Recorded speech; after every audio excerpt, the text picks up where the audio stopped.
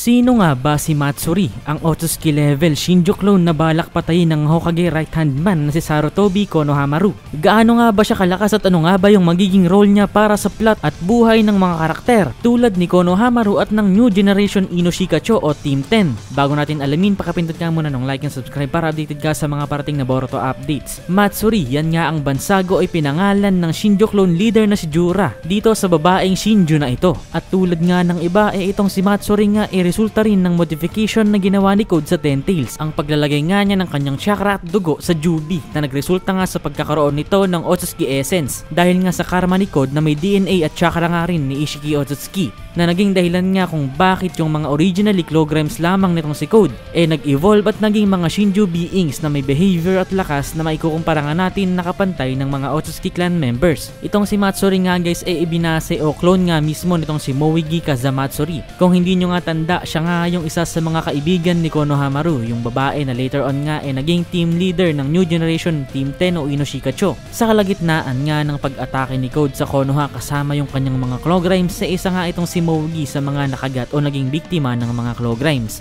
Na dahilan nga kung bakit tumubo nga ito bilang isang maliit na God Tree at nag-produce ng isang God Tree clone. At kung ating yung matatandaan, itong si Moegi nga isa ring wood style user, katulad ng first Hokage na si Hashirama Senju. So sagutin naman natin yung tanong na sino nga ba talaga at gaano kalakas itong si Matsuri. So itong si Matsuri nga guys mayroong mataray na personality at emotions na nare-resemble nga yung kanyang chakra source na si Moegi. At dahil nga dito mayroon din siyang deep connection sa mga karakter na sina Konohamaru at Team 10. Ngunit kung ang feelings nga ni Moegi kina Konohamaru at Team 10 bilang mga kaibigan at precious students na minamahal niya, itong si Matsuri naman tinuturing silang kalaban na kailangan niyang patayin o i-devour. Yan nga rin yung sinabi o in-state nitong si Matsuri sa chapter 5. May interesting na character design nga itong si Matsuri. Yung kanyang buhok nga ibinase rin dito kay Moegi. Yung mukha nga niya ay Moegi rin mismo. At yung kanyang katawan solid nga yung curves. At ang special nga dito guys yung kanyang Rinnegan. Hindi pa nga natin nakikita yung abilidad ng mga Rinnegan ng mga Shinjo clones. At dito nga sa kaso ni Matsuri tanging isang art style jutsu lamang yung nakita natin ginamit niya. Yung ginamit niya sa chapter 4 para hulihin itong si Boruto. Ngunit may speculations nga ang ilan sa mga fans ng Boruto manga at kasama na nga karoon na kung saan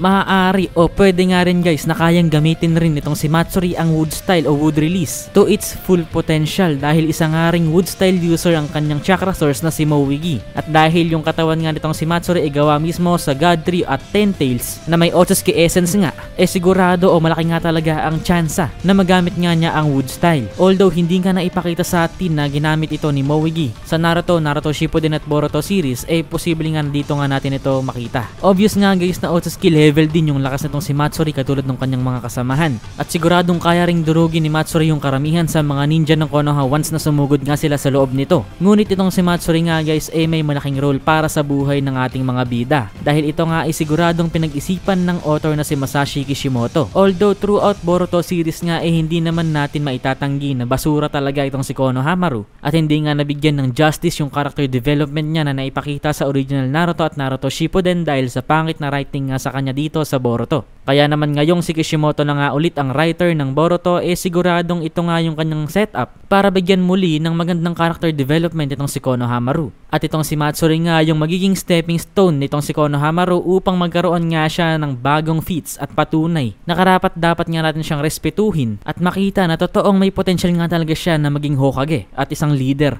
Ito nga yung dahilan kung bakit target din patayin ni Matsuri si Konohamaru. Purely creative idea ni Kishimoto sensei para sa ikabubuti ng karakter na si Konohamaru. At yan nga yung dahilan kung bakit may Shinjo clone na nagngangalang Matsuri. Bye!